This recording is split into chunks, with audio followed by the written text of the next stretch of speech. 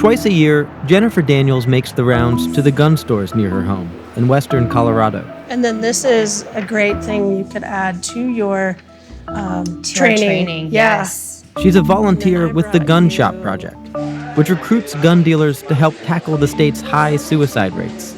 Yeah. Okay, I'm going to collect these with the other ones so I make sure they all get out in the right places. Okay, cool.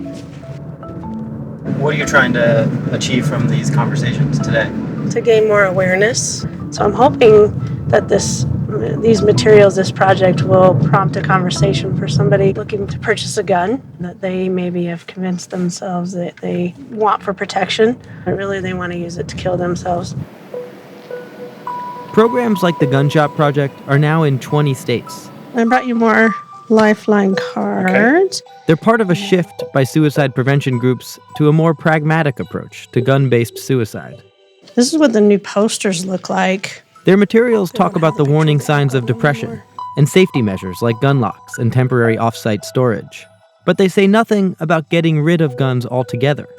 And some of them come from an unlikely ally, the gun industry, through its trade group, the National Shooting Sports Foundation. The truth is, suicide and guns are hard to separate. More than half of all suicides are by firearm, and suicide rates are consistently highest in states with the highest availability of guns.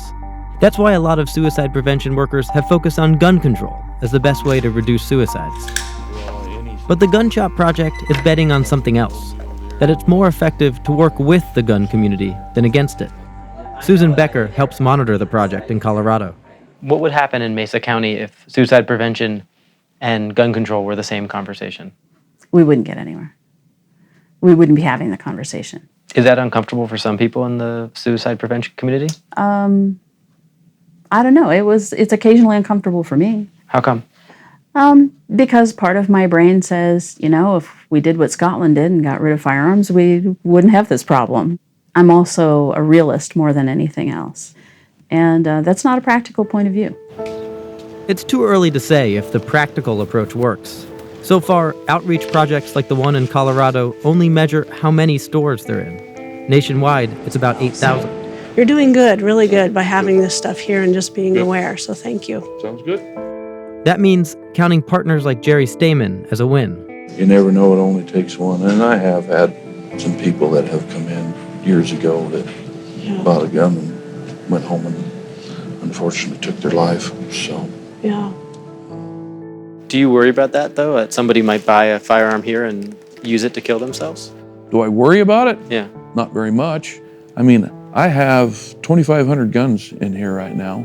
They just don't jump up off the shelf and start randomly going by schools and shooting people. When somebody settles in their mind that they want to take their life, I mean, your experts will tell you they can talk and talk and talk, but if they've settled it in their mind, it may take them 5 years, but they'll do it. They also say, though, that if you have a gun around, it's easier, and it might be more likely that you do it on a whim rather than... Could be. That could be. I don't know those figures, but we can take all the guns out of our society, ban everything and take them all away. You're still not going to stop suicide, and you're not going to stop crime. You're not going to stop violence. Ain't going to happen. So...